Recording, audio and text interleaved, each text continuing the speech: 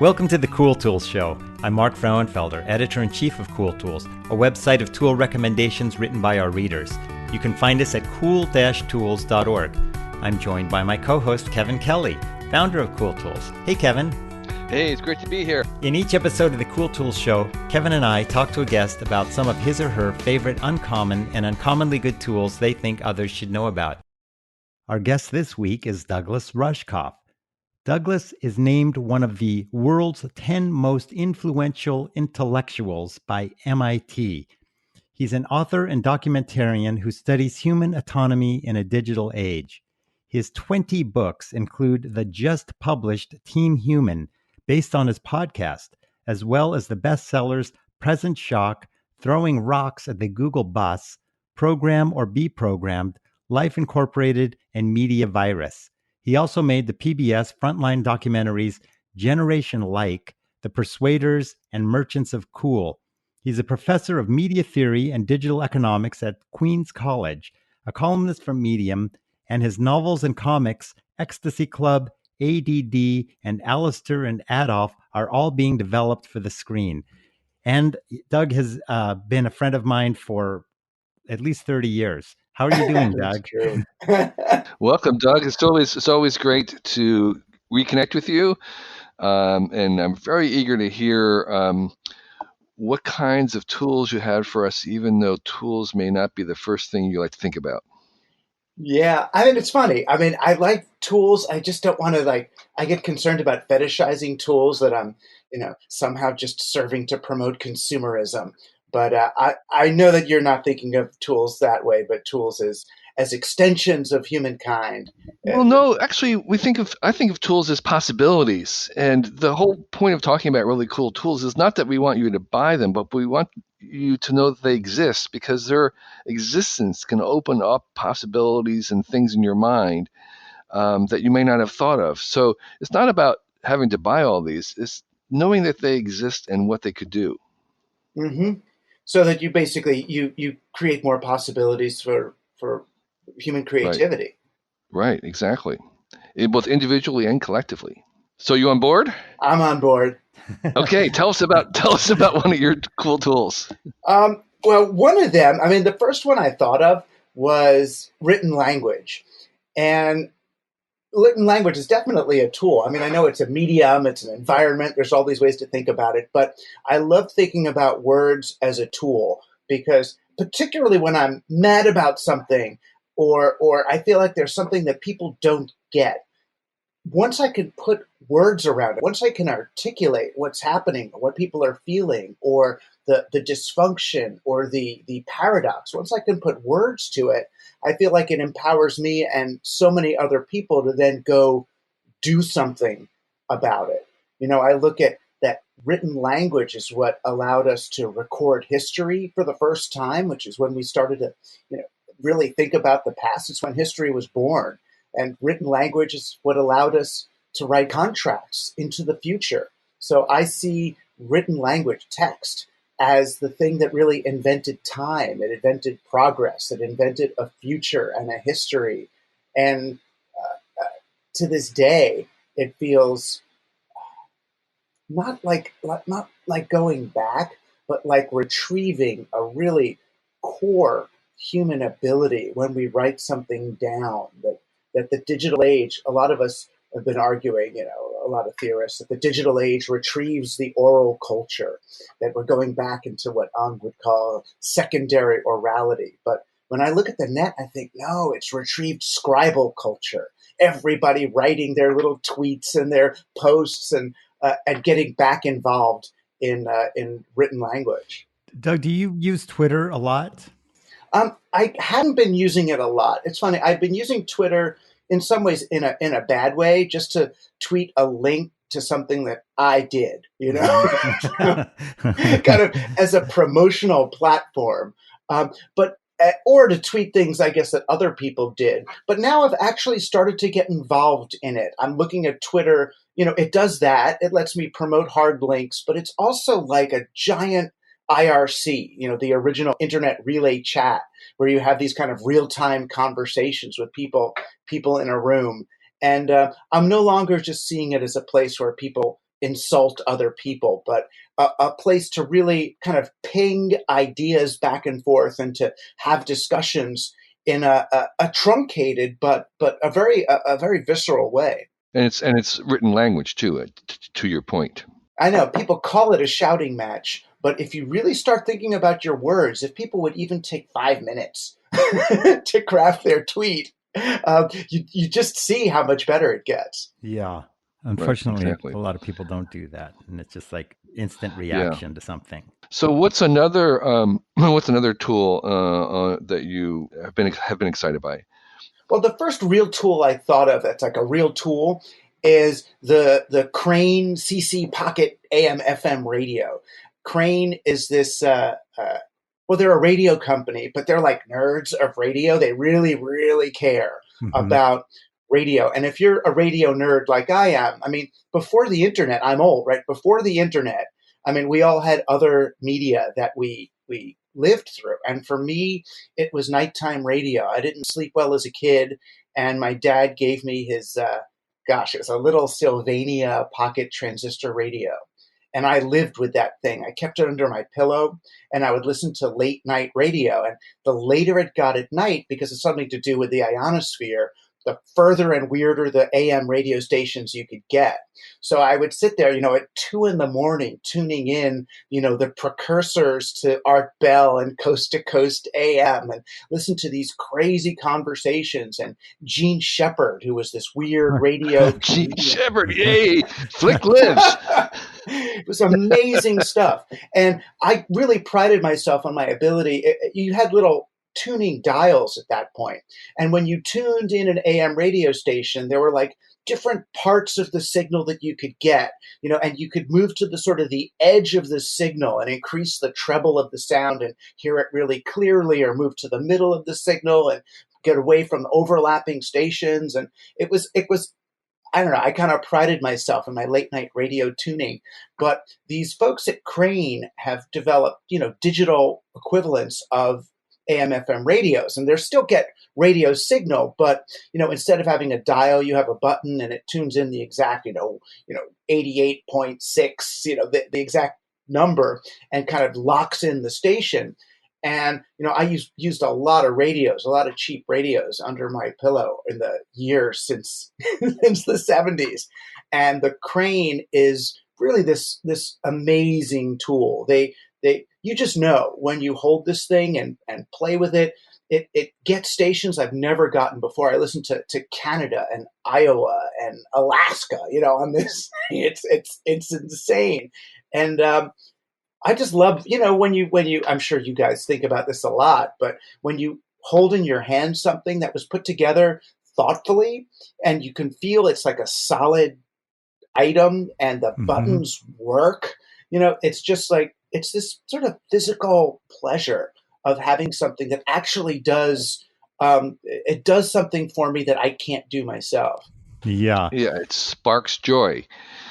And so I'm just wondering, Doug, like what kinds of things are you hearing on this late night, these remote places? What, I mean, we were just talking about Twitter and the kind of way that it amplifies outrage and stuff. But are you picking up a different vibe? Are you hearing things that you don't hear on Twitter, say? Yeah, because I can hear the voices of people. I mean, I tune in almost exclusively to either, deep red state late night radio and hear, people who are upset about, what I would call neoliberalism and, top down capitalism and social control and all that. I mean, and a lot of them are Trump supporters and poor people. And I listen to a lot of, good UFO late night madness.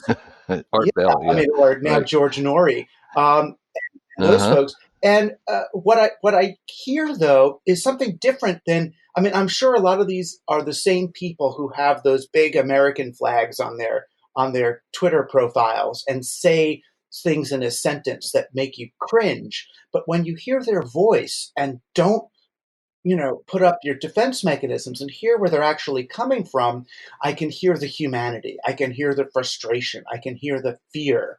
And just so many more of the sort of social mechanisms I have for establishing rapport with other human beings are activated when I hear their voices. It's funny. I mean, I was talking about text before, but text is so cold compared to the human voice. So when I hear that, I mean, it's changed the way I'll listen and I'll think, oh, I get what Trump means here. I get why you know I understand the emotional logic of what's going on, and it's just changed my feeling about people that I might normally be afraid of. Right. I mean, you just made a great case for a tool that can take you out of your bubble in a real way, and not just a way that will inflame you and get you You're outraged right. to say something snarky back. You actually have to listen, and you can't talk back. And so and then you say, and it's conveying this voice, which is this a much stronger emotive dimension than a little tweet. Right. And it's terrestrial.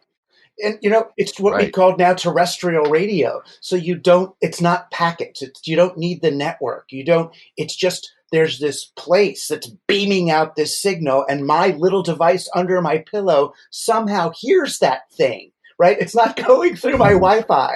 It's not Right. going It's like to, That whispering. seems it's magic. magical. I've Right. heard like kids are really surprised that you can get like over-the-air television and even Yeah. radio. You don't have to pay for it I either. know. Yeah, exactly.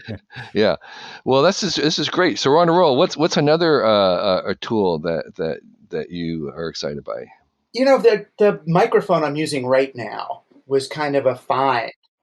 It's a Rode NT USB microphone, and I wasn't a fan of USB microphones at all. Again, because I'm just so old. I want my analog. I want my SM58, or my SM7B. What I want, my old rock and roll mic, and you plug it into a mixer, and then if you've got to go digital, then you've got a digital audio, an audio analog to digital converter, and plug it into your computer. And I saw all these things, and nothing against anybody, but I don't like the sound of all those blue USB mics, which are kind of the ones everyone has, the Yeti Yeah, and the the Yetis. Snowball Yeah. and the this and the that. And but I had to get something because it just was too complicated. I've got my office, I've got my home, so I figured, okay, here in the basement, I'll have one decent USB plug-in microphone for emergencies. And so I got this Rode NT USB mic, and it wasn't a lot of money. And I plugged it in and had it do one of my monologues for my podcast on this thing instead of my regular. And I was like, wow, I kind of like the sound of my voice on this mic better than my big expensive one. And it's like, what is it? And I think for whatever reason, and you look in this thing, it's got a giant capsule in there. I mean, it's a big microphone capsule, like the size of something that you'd see in a one of those super $10,000 microphones that you record voiceover on. And there was something about this mic that's just there's something that's clean and unmuffled, just so you know nothing extraneous about it. And then mysteriously, and for whatever reason, this mic doesn't pick up the dryer and the washing machine that are in the next room in the basement here, because that's where I record. So the dryer can be on, the washing machine's on, and it's not picking up any background noise. It's just right here in the room. And that's I'm sure it would be really useful for a lot of people who are That's cool. recording And I think stuff. that's Yeah. rare for a condenser mic. Like dynamic mics, I think, are known to kind of have a rapidly dropping sphere of sensitivity. As you move farther out, it can't hear things. So that's like a cool feature for a $170 condenser mic. Yeah. So I just pleased with that. And I just like when I'm using something a little bit different than everybody's using. You see the typical setup for a podcast, and then it's like maybe it just gives some little extra sonic, specialness. Mm-hmm. Yeah. Mm-hmm. Cool. The Rode. Yeah, I use their wireless mics for my video, for my camera doing video, and they're plug and play. So I've been very happy with them. Yeah, they're really And nice. That's RODE. Yeah, I mean, there's one For tool I those. wouldn't use from them that I bought, which was this. It's this little thing you plug it into your iPhone, and then it has two outputs, and they give you or two inputs, and they give you two little clip-on mics to use, so you could do like a emergency podcast. And I would keep that around with me, but it really doesn't sound like real clip-on microphones. It Mm. sounds like those little Radio Shack ones that you'd get for $9 back in Yeah. the day. You can really hear the difference. So Doug, your next one. This is interesting. I've never heard of it. It's a special kind of mobile phone. Yeah, well, there was a guy, Bas van Abel, who is an artist in Holland, and he found out about how they send little African children into caves to get the rare earth metals for our smartphones. And he Hmm. thought, as a kind of an art project, he would see if he could make a slave-free, environmentally friendly smartphone. And so he started a company called Fairphone. And they're based in Europe. And I mean, they've sold a few 100,000 of these things now. And so they make an Android phone called a Fairphone, which is completely modular. So it's got all these different parts in it that you can, your soundboard and your camera and your battery and everything is all replaceable and changeable and upgradable. And he tried to get to source everything in ways that didn't use slaves but wouldn't make the price of the phone exorbitantly high. And he was able to do it for like 80 or 90% of the phone he was able to source that way, but some of it, there are these parts he just had to get from those marketplaces in China. And some of the provenance of those parts is not what it should be. So instead of calling it Fairphone when we're in conversation, he'll call it Fairer Phone. At least it's fairer to people than what's out there. But it's a great little thing. And you open up the back and you look at the battery and it says the change is in your hands. And the idea that we can, through our consumer choices, really push supply chains toward more equitable resource solutions. And it really does make sense. I mean, we're not going to go back and get rid of these phones, but we can move forward in much more environmentally and labor conscious ways. And how would you compare? So it's like $450. How would you compare it to, or 450 pounds actually? So I don't know, is that like $600? Um, Right. if you were to buy a $600 Android phone, do the features match up side by side pretty well? Pretty well. I mean, in all honesty, there's I mean, it'll run the latest Android whatever. And the camera is pretty nice and replaceable. And it's all very open source, so you can kind of, retool certain things yourself. But the phone itself right now only goes up to 3G. Mm. And while there are 3G networks around, I mean, I think the new one might go to 4G, but they don't do 4 LTE, and they're Hmm. not even looking at 5G yet. So you're slightly behind in terms of your network coverage. So I mean, honestly, I when I go to Europe, I'll pop my card in and use it over there. But I'm sad to say I've stopped using it in the States because there's so many areas now that uh, you really can't get 3G even anymore. That you've got to be 4G or above. But I'm hoping if people kind of support the technology or have demand for it, that it's the kind of thing that even if we don't get the Fairphone itself here, that some other phone companies might look at. Well, why don't we try making one phone, in a more socially conscious way? I think it's incredible that someone was able to make something as complex as a mobile phone from scratch, and kind of be mindful of the provenance of all the materials. Pretty Right. cool. It's an amazing project. Yeah. Does he publish the provenance? Does he publish a kind of a teardown where he says, "This is where this component came from"? That would be to me kind of useful. Yeah, I believe pretty much everything is up there on their website. And it's Fairphone, it's about FAIRPHONE. I think pretty much everything is up there. And the phone itself is so easy. I mean, I just took off the back. The body of the phone is a case, so you don't get a case in addition to the phone. You don't really need one, but you peel the back off really easily. And it sort of labels everything that's in there. This is your camera. This is what you can open. This you better not touch. So it's kind of like it's a very modular Lego like Arduino. It looks like an Arduino assembled phone inside there. That's really cool. That's good. Yeah. So let's see, what else do we have, Doug? Let's just quickly tell us about the waffle maker, and then I want to move on to your other projects. Yeah, I mean, it's funny. My daughter wanted me to start making waffles because I make waffles here, like turkey waffles, where I put turkey in the waffle. Whoa. It sounds awful, but it's actually Okay. good. It's a sweet and savory, That could be good. protein-filled treat. I would try it. Of I course, would eat it it. is. Okay. Yeah, or you could certainly use turkey bacon or something if you want to make sure it feels breakfasty. But I was in, I think, Target, and we saw these little things.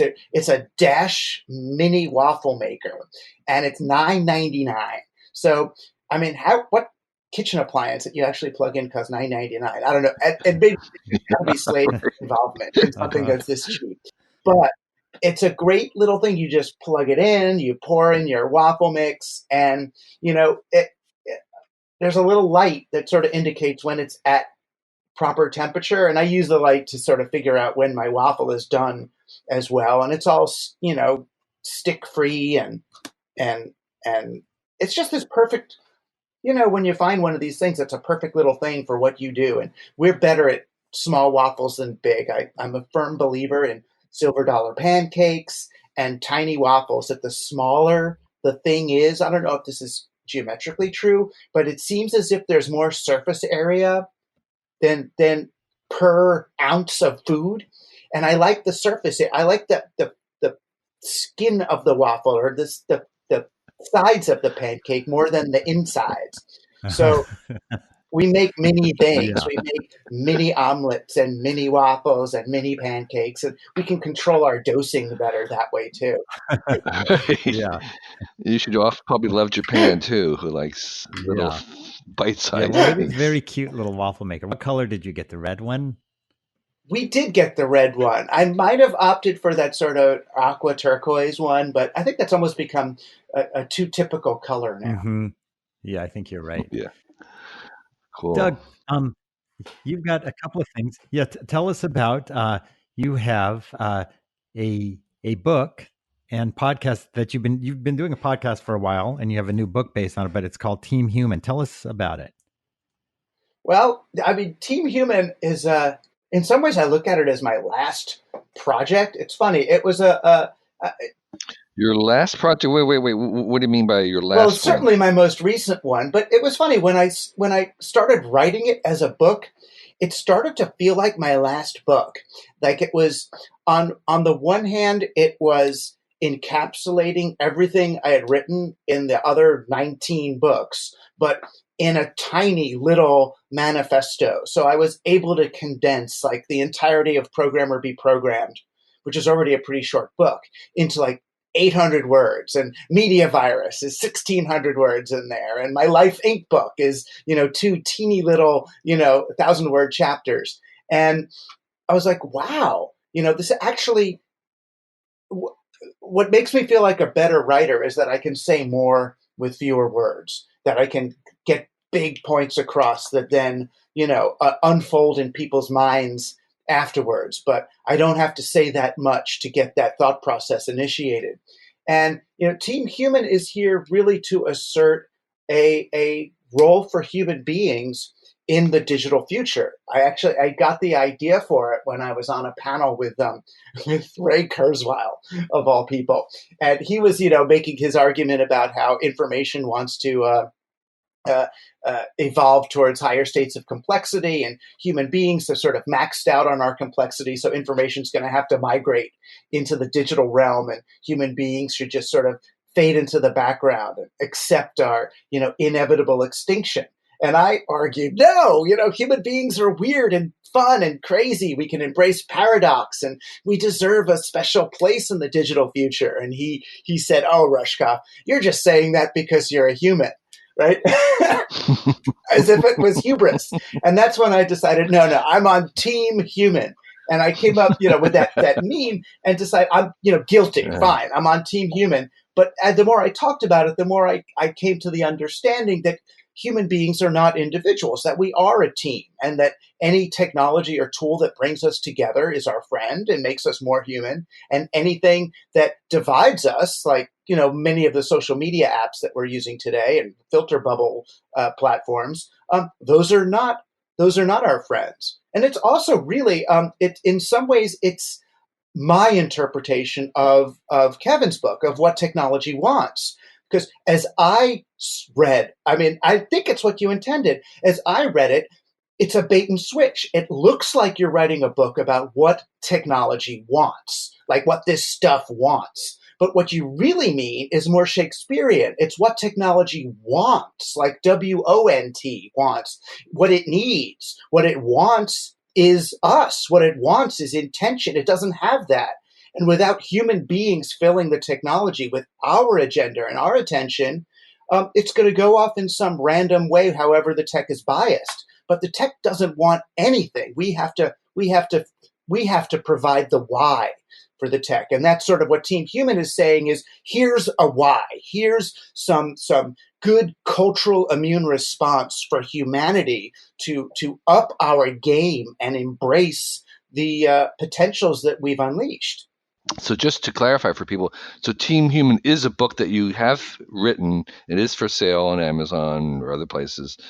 And it's done, right? I mean, yes, it's a manifesto, but and it's right. It's the manifesto. Yeah, and it's you can read it as a book for like whatever it costs. A book costs like $10 these days if you go to the cheapest place. You can read it online for free. I'm posting it 1 week at a time. It's got 100 little sections, little almost little stanzas, and I'm posting them 1 week at a time on Medium. You can go to medium.com/team-human and read it. Or if you get impatient after the first year, you could just go buy the book. There's an audio book, and there's also a podcast where I talk to people who really, I'm looking at people along my journey, but people who are interpreting sort of the role of human beings in the world, in the cosmos. I just did James Lovelock last week. He's 100 years old. He's the guy that came up with the Gaia hypothesis and has some really interesting ideas on sort of the coevolution of humans and their tools. That's crazy. Right. He has a new book out too. He has a new book, the Novus Scene, which is a very short book, but it's actually very wonderful because he talks about this kind of transitional period that we're in, and it's visionaries in the truest it word. Is, and it's not that humans get replaced by machines, but we're really going to need each other to get through this next little dicey patch. Yeah. So I'm a little concerned about this being your last project. What does that mean? I felt like it might be my last book. I mean, I've written. Your last book. That I completely understand because I've been saying the same thing. I'm tired of the books. I wrote 20 of them. Right. But books, they don't have the cultural significance that they used to have, and so you're so right. They really don't. And I wrote books that were less significant than Team Human that sold maybe 40 or 50,000 copies. And now Team Human, which is. I see it. I mean, I see the influence of the book and the ideas, and that sells maybe 10 or 20,000. And it's not the way. The articles about the book spread the ideas more than the book itself. So I'm actually looking at theater, at doing some live theater in real places with real people. I want to do a community theater project where I'll distribute these scripts online to all these community theater groups around the country, let them each do their interpretations of these scenes that are really left very wide open to interpretation, and then videotape their scenes, put them on a central server, and then use some sort of collaborative filtering to see which scenes are people most intrigued by, and then fly them to the public theater in New York for performance in repertory. So it's a kind of for me, it's a return to the medium I loved best. Yeah. Right. It's kind of like you're workshopping it in a certain exactly. sense. But with video as an intermediary. But Doug, as another example of saying your last book project, you wrote that book Throwing Rocks at the Google Bus, but now you're working on turning that into a documentary series. Exactly. Tell us about that. Well, the folks at Submarine, who are really a great little film TV company, who did like Scanner Darkly, and they did the TV series Undone on Amazon, and the Bellingcat documentary that just got an Emmy. So they came to me and wanted me to work on some kind of project with them about technology. And so we're adapting Throwing Rocks to the Google Bus, which is my book about kind of techno capitalism and what we could actually do to foster a more distributed digital economy. And we're going to call it exponential, really looking at how the real world, nothing in the real world grows exponentially except cancer. Yet we're asking the real world to provide exponential returns through all of these digital companies.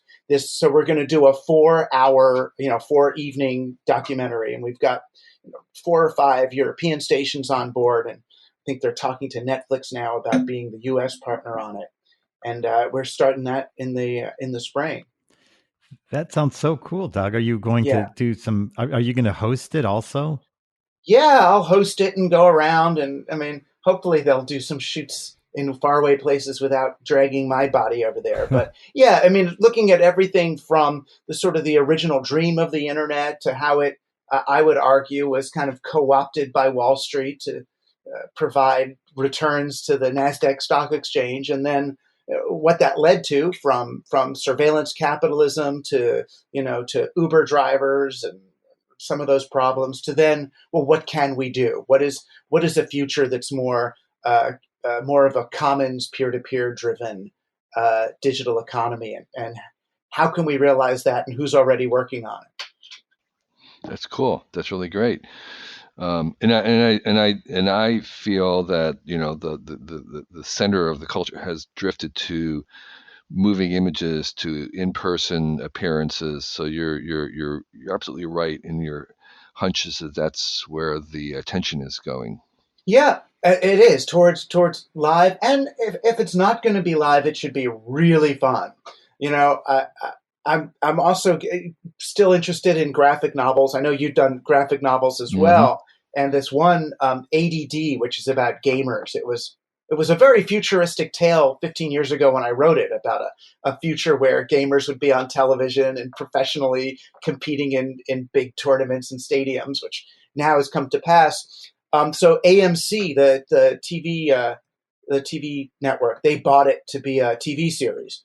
So I'm going to work with them on trying Wow. to envision that. And this would just be such fun if any of them happen. Such fun projects to kind of Yeah, yeah. do at this stage of my career. Isn't it remarkable how hard it is to stay ahead? You think you're writing something that's kind of like almost near impossible, and then 10 years later it happens. It's amazing, isn't it? I mean, on the one Yeah. hand, it's great because it means we're futurists with accuracy. But on the other hand, it's like, how do you do science fiction in a world that's changing faster than your imagination can Yeah, take it? exactly. Right, right. Yeah, I kept finding that happen with my books, and I was trying to kind of like, well, I need to go 100 years, but that's Wow, like almost impossible to imagine. And yet, anything less will catch up before the book's dry. It's really totally. hard.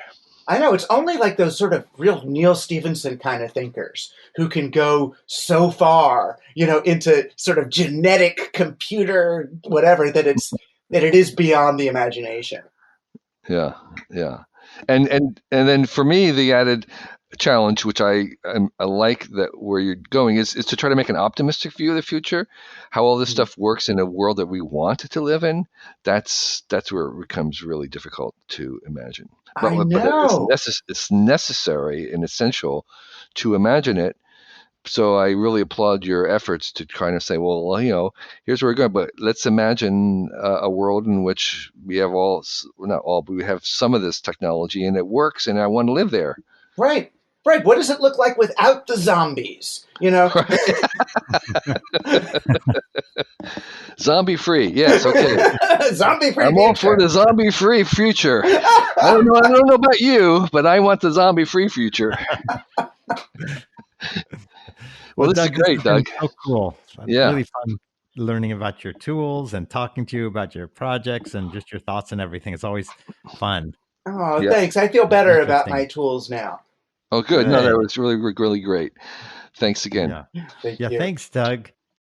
Hey everybody, it's Mark from the Cool Tools podcast. I want to thank you for being a listener to Cool Tools, and I also would like to let you know about our Patreon page. If you would like to support the Cool Tools show, as well as our video channel, the website, and all the newsletters that we do, you can go to patreon.com/cooltools, that's just one word, Cool Tools, and pledge any amount you want. You could even pledge $1 a month.